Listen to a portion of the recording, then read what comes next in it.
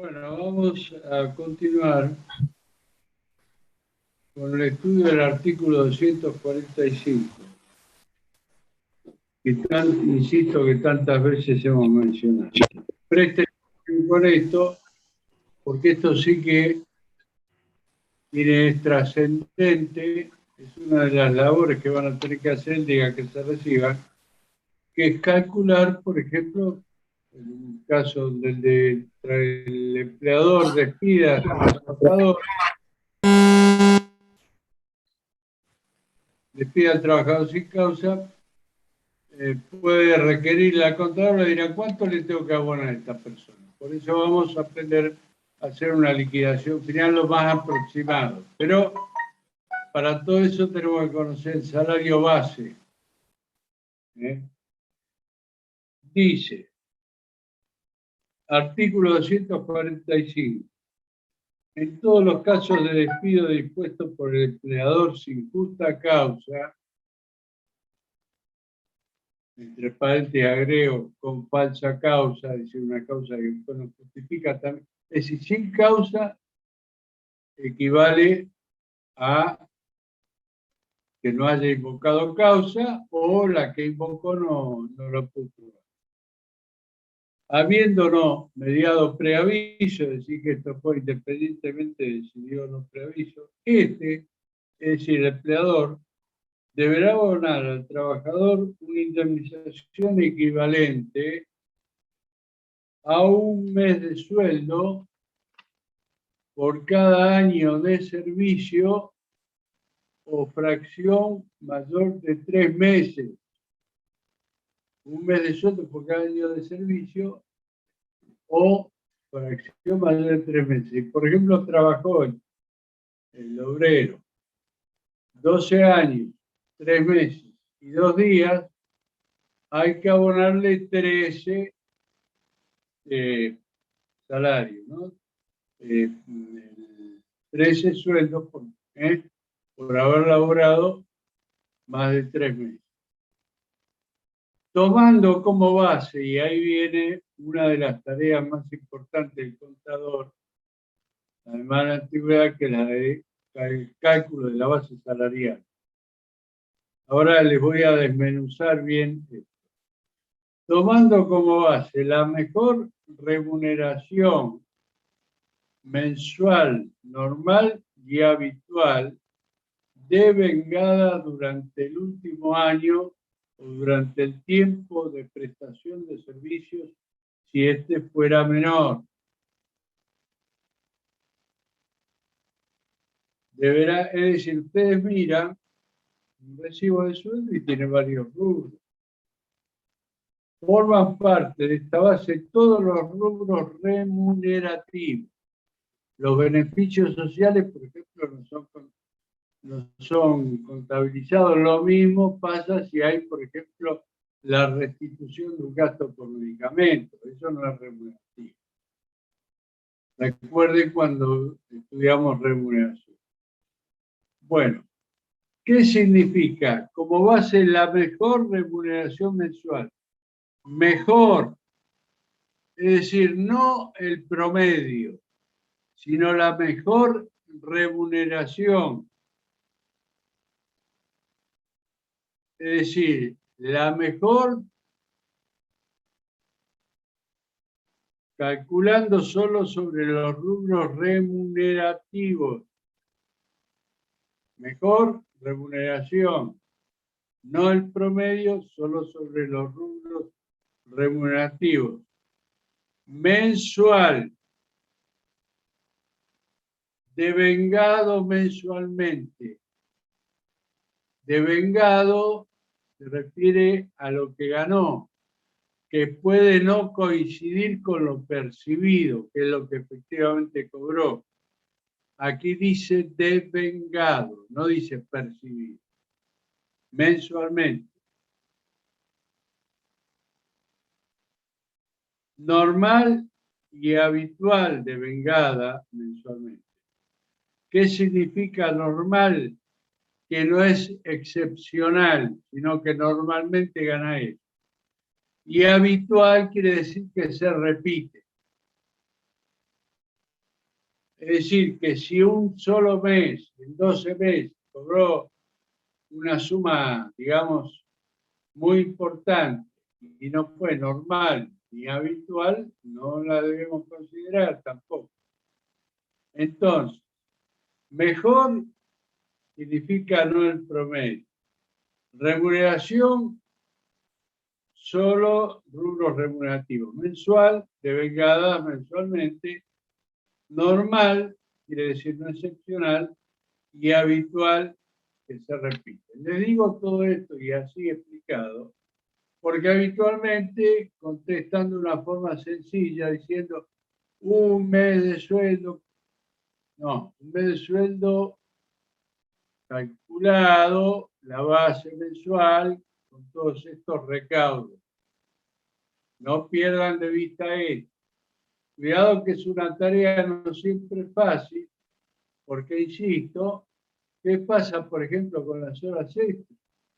Bueno, si son habituales, remunerativas son, que es en función de una tarea. Y hay que ver si son habituales, porque si son excepcionales, no se deben computar. Si son un mes trabajó 2.000 horas extras, y, bueno, digo cualquier barbaridad, pero una cantidad de horas extras no habituales no deberían ser consideradas para el cálculo de esta base. Bien.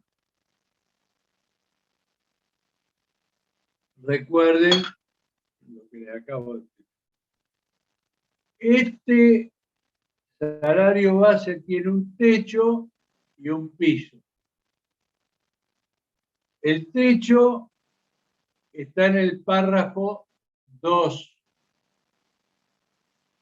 y el piso en el último párrafo.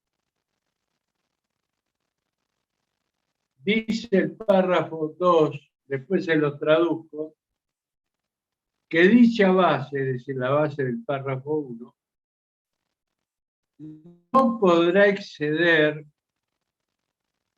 el equivalente de 3 veces el importe mensual de la suma resultante del promedio de todas las remuneraciones previstas en el convenio colectivo de trabajo al momento del despido, según lo establece el Ministerio de Trabajo. Es decir, el Ministerio de Trabajo, a los efectos de este artículo 245, periódicamente informa el promedio entre la categoría mínima y la máxima, a los efectos de este artículo. Supongamos que diga que le dé 40.000 ese promedio. A los efectos del 245, el salario no puede ser del equivalente a 3 veces, es decir, 4 por 3, 40 por 3, 120.000. Eso es lo que dice la ley. Eso es lo que dice la ley. Insisto, es un número que pasa al Ministerio de Trabajo, que hay que multiplicarlo por 3. De acuerdo a cada convenio, tiene una escala salarial, la UOM, los vidrieros, lo que fuere, y es un promedio entre la mayor y menor que la determina el Ministerio de Trabajo y que hay que multiplicarlo por 3. Ese salario que ustedes calcularon, de acuerdo al párrafo primero, no puede exceder 3 veces el importe del salario que publicó el Ministerio de Trabajo. Eso es lo que quiere decir. Ahora bien. Profe, ¿le puedo hacer una pregunta? Un segundo que termino de explicar. Ahora sí. Bien. Sí. Habitualmente, en el 90% de los casos, o el 95%, o un poco más si se quiere, ningún sueldo supera la base, el techo, perdón, que determina el párrafo 2. Pero supongamos que se trata de un obrero que gana, de un directivo, empleado en relación de dependencia, es decir, de un empleado jerarquizado, no directivo, empleado jerarquizado, que gana 250.000 pesos por mes. Estoy hablando de qué. 10 años de antigüedad sería que por el 245 habría que pagarle, en términos así simples, 2.500.000 pesos. Ahora supongamos que vamos al párrafo segundo y diga que el ejemplo este que yo les dije, que el salario a los efectos del 245 son 120.000 pesos.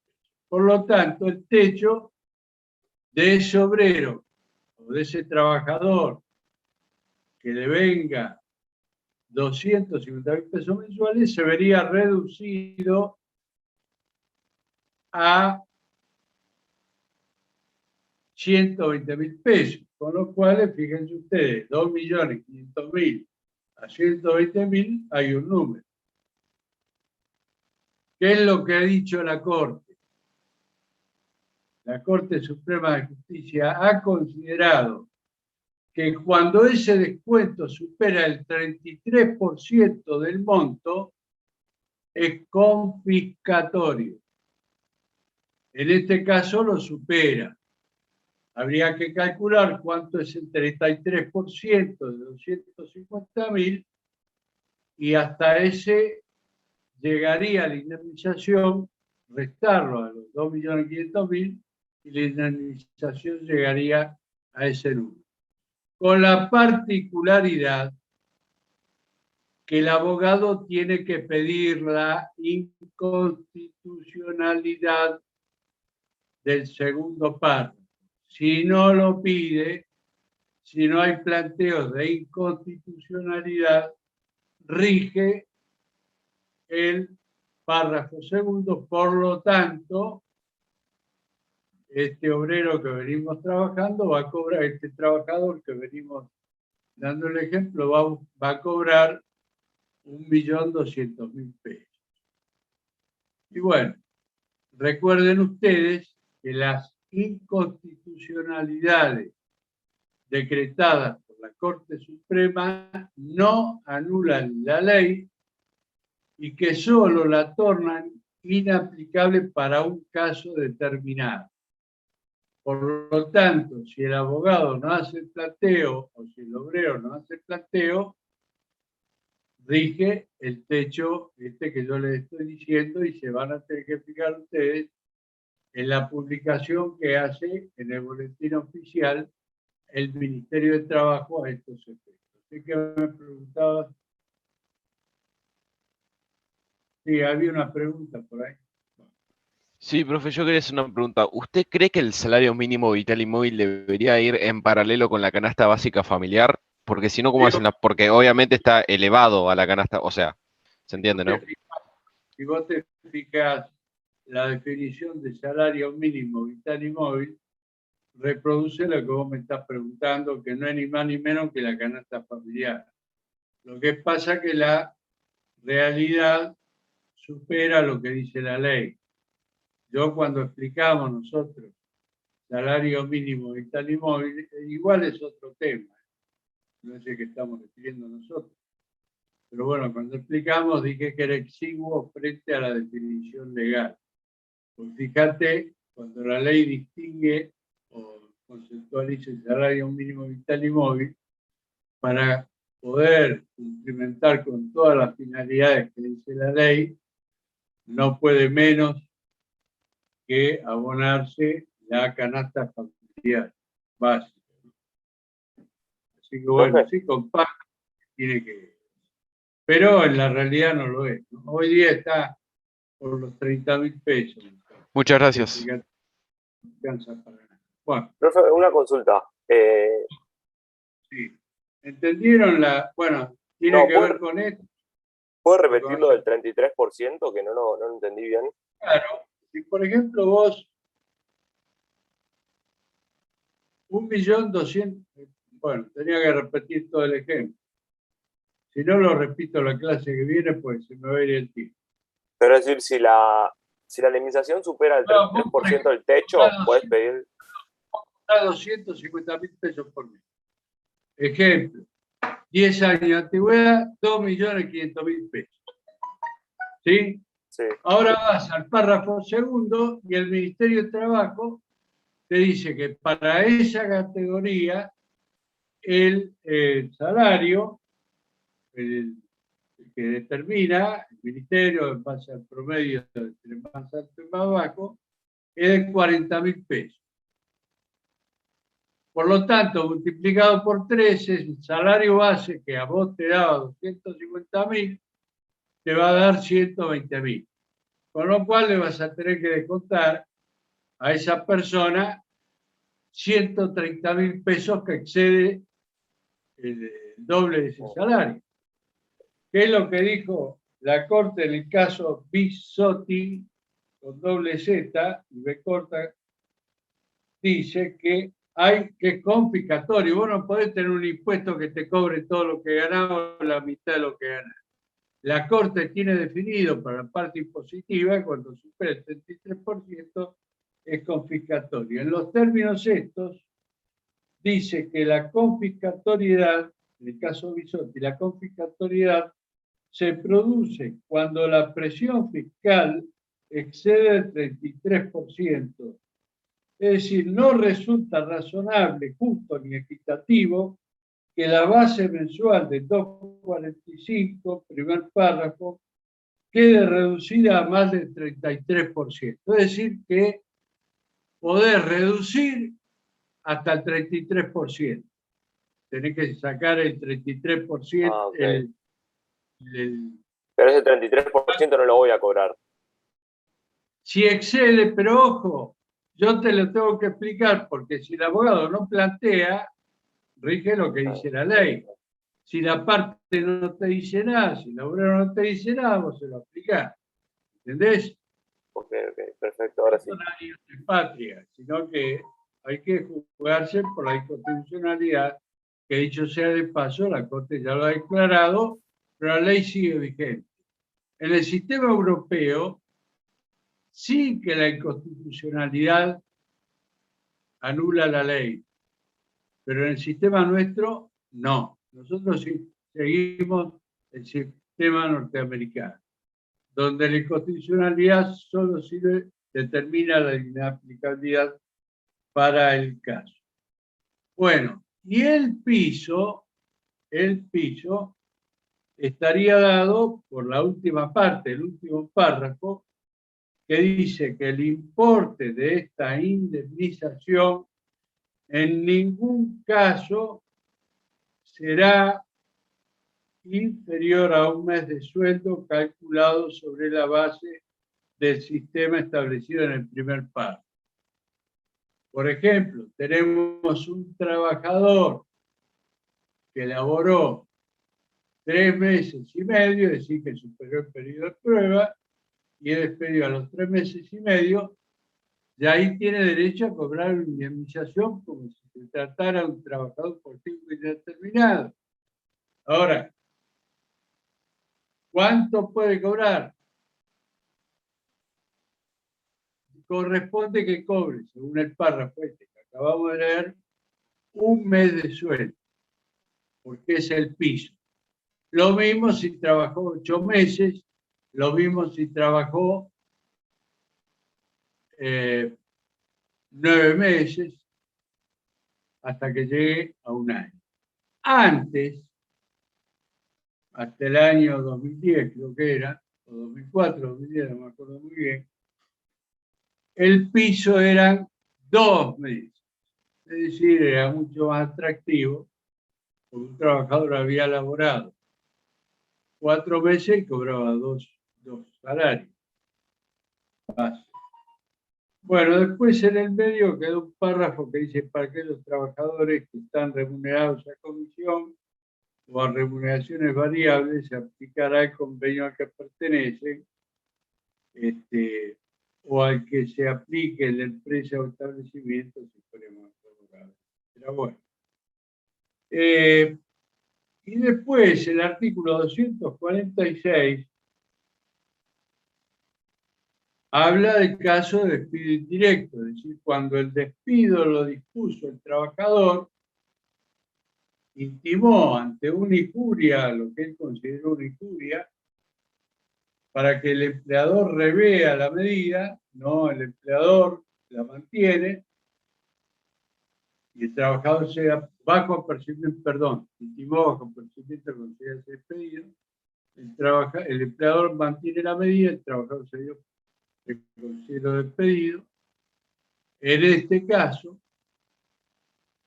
también va a requerir, el 245 se remite para el cálculo a lo dicho en los artículos 232, 233 y 245. Y hay que abonarle la liquidación. ¿Qué es de todo lo que vimos nosotros que puede incluirse hoy día en la liquidación? Tenemos artículo 80. Recordemos, si no se le entregaron al trabajador, bueno, perdón, primero vamos a empezar por el 245, indemnización por antigüedad. Segundo, si omitió el preaviso, irá mes de preaviso, meses de preaviso. Si no coincidió el día, omitió el preaviso y el día del despido no coincidió con el fin de mes, el último día del mes, tendremos que agregarle la integración del mes de despido, es decir, los días que faltan para terminar el fin de mes. En este caso, si el despido fue hoy, serían los 5 días que restaban para terminar con el día 31. Digamos si fue notificado. A eso eventualmente podríamos agregarle, supongamos, recuerden ustedes, artículo 80, donde al trabajador no le entregaron los certificados de ese artículo, el trabajador esperó los 30 días de ley e intimó, estaba mirando que me salté un artículo, bueno, ahora lo e intimó en los términos del decreto 146/01, puede agregarse la indemnización del artículo 132 bis, recuerden cuando no se hicieron efectivos los aportes, el sueldo anual complementario o aguinaldo proporcional o el adeudado y las vacaciones proporcionales, es decir, todo lo que nosotros vimos. Y además tengo que hacer una salvedad respecto del 245 y el preaviso, que como para el cálculo de esos rubros se computa el salario y nosotros dijimos que el SAC o aguinaldo tiene naturaleza salarial, esto creo que ya lo explicamos, corresponde que a las indemnizaciones por aguinaldo, por antigüedad y por preaviso, se le agregue el aguinaldo proporcional. Es decir, si la indemnización por antigüedad es de 1.350.000 pesos, es más SAC, es decir, más 1.350.000 pesos dividido 2. Lo mismo pasa con el preaviso. Se pone el preaviso más SAC, la 12ª parte de lo que corresponde por preaviso.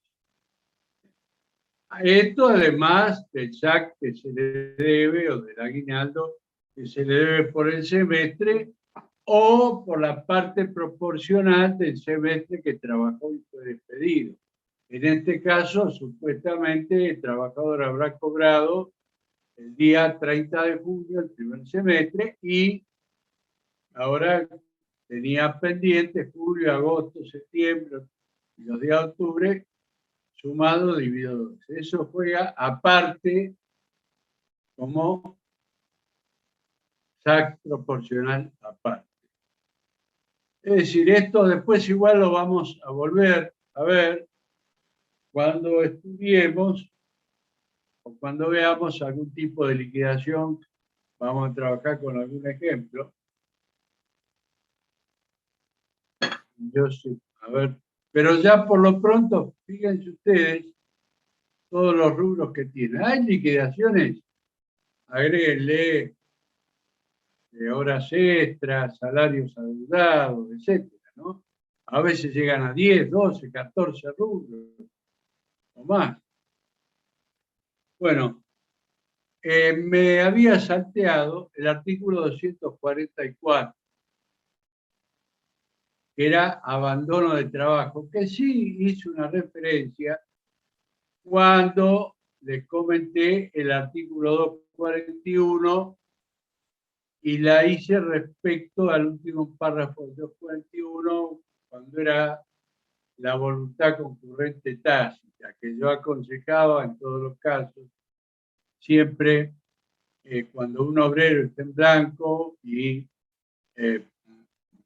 no viene a trabajar, intimarlo para que retome tareas, porque si no, no se configura el abandono del trabajo, que es otra de las causales de extinción. Es decir, en realidad el abandono del trabajo no es una causal de despido, sino que es una causal de extinción del contrato de trabajo.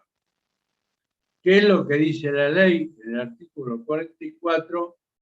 Y léalo bien este artículo porque más de una vez se van a encontrar con una situación de esta. Dice, el abandono de trabajo como acto de incumplimiento del trabajador solo se configurará previa constitución en mora mediante intimación hecha en forma fehaciente a que se reintegre al trabajo, trabajador, ¿no? Por el plazo que imponga las modalidades que resulta en cada caso. Es decir, para considerar, para tener incurso al trabajador en abandono de tareas, tiene que haber mediado intimación en forma fehaciente, es decir, habitualmente se utiliza el telegrama, pero no habría problema en que el empleador diga, mire, yo me quiero constituir con un escribano y quiero intimarlo por acta notarial, o intimarlo también por vía de una carta documento. Si el trabajador no contesta, cuidado con lo que voy a, porque no voy a concluir con esto, si no contesta, es decir, ante la intimación que le fue cursada, no viene a trabajar, puede el empleador